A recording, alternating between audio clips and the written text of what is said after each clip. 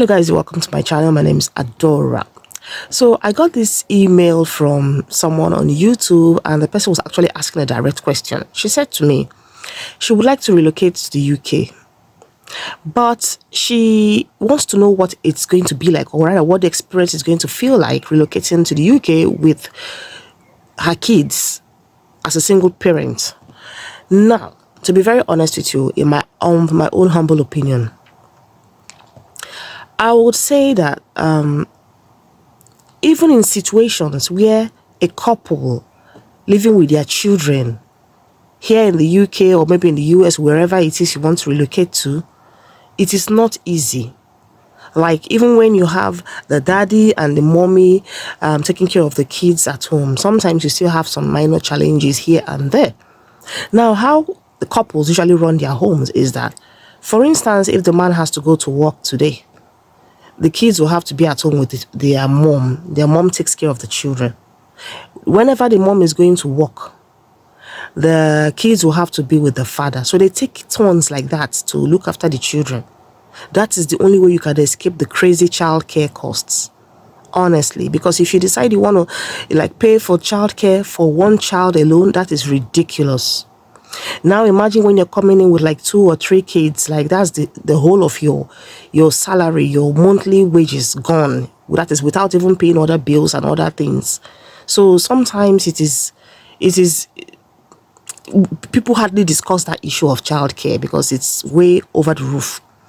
Now, even in situations whereby a man and a woman live together with their kids, there still could be some minor challenges along the line. Now, I've heard people complain or say things like, the man, maybe for instance, a husband and wife living together in the home. The man chooses to go to work Monday, Tuesday, Wednesday. And so that Monday, Tuesday, Wednesday, the children stays at home with their mom. Now, sometimes these work shifts of the mom and dad could actually clash. Sometimes maybe when the man has actually chosen, or rather he has Monday, Tuesday, Wednesday to go to work, it could be that on that Wednesday, the woman actually has to go to work too. Maybe that is one of the days her workplace has actually put her on rota to be at work. Now, it becomes a bit challenging when you have to tell your man to, please, can you kindly just step down, just leave Wednesday, let me go to work, things like that.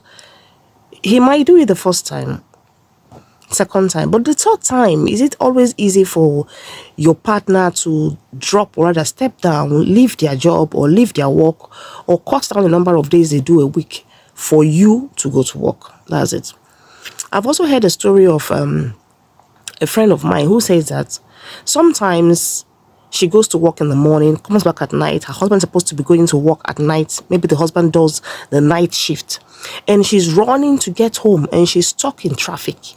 And immediately she gets home, the husband gets angry because he's already running late. He has to take the cab to work. Now they share one car. And secondly, even if they don't share a car, even if they have one car to themselves each, the man cannot leave the children at home and go to work when the woman is not back from work. So he has to wait for the woman to get home first. And now this is a woman that is stuck up in traffic. And she's already there. It's almost 10 minutes late for this man to get to work. So he's at home, he's agitated, he's angry, he's anxious, and immediately the woman gets home. Sometimes they barely greet because maybe they're just in a hurry, maybe in a hurry to leave. And the man gets in his car and zooms off. There are some little challenges around that are still there, even when the couple are together with the kids. Let alone when there is no help. No, let alone when there is no one to assist you with the children, it's just you. How are you going to cope? So if you intend to travel abroad as a single parent, you must have to reconsider certain factors. Number one is the childcare costs. Are you going to think about putting them in a crèche or looking at paying someone to look after them?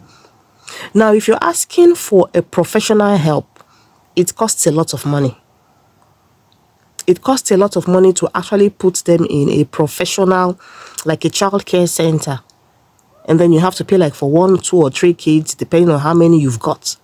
Now, if you don't want to use the professional helps because you think they are too expensive, you want to just use a friend or just a neighbor to help you look after your kids, Two things are involved.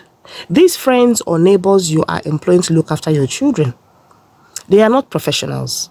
They have no license from the government to look after children, to do the job of a nanny. If anything goes wrong, if anything happens, let's say your child gets injured while playing, let's say your child falls down the stairs or something happens, there's a scratch on the body or whatever, you as the mother, you are in trouble. Because when investigation starts, they will have to find out where those children were when they had those injuries. And then if you now come up with the excuse of saying, oh, they were my friend and all that, they ask again, this friend of yours, is she qualified to look after children? And if she is not, then there's another problem. That friend of yours is in trouble, and you are also in trouble for being careless. So you see, it's a bit of a tricky situation. It's a really tricky situation. I have seen, it's not like there are no single parents with children that have relocated here. I think I've seen about one or two, but I know they are struggling. Even one of them was regretting coming over. She was regretting. She said if she had known, she would have stayed back home. Because she came over because her husband did not actually support her move.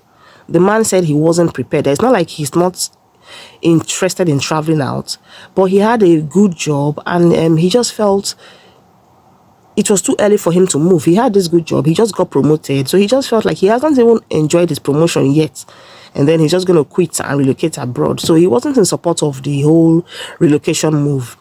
So she took the kids and traveled with them, only for her to get to America. It was actually America. So only for the woman to relocate to the US with the kids, and she actually struggled. Like, she was seriously struggling because she had to work. If you don't work, you can't pay your bills. And while she was working, there was nothing she could do about childcare. They were just too expensive. So she had to beg people, please help me look after my kids today. And then tomorrow she would take them to another family. Please help me look after my kids today. And then she was taking her kids round from one place to the other. Now, how many families, how many people, how many strangers are you going to leave your children with? And even if these strangers are very good and all of that, and you know them and you can vouch for them, how long will they keep helping you to look after your children? These people too have things to do.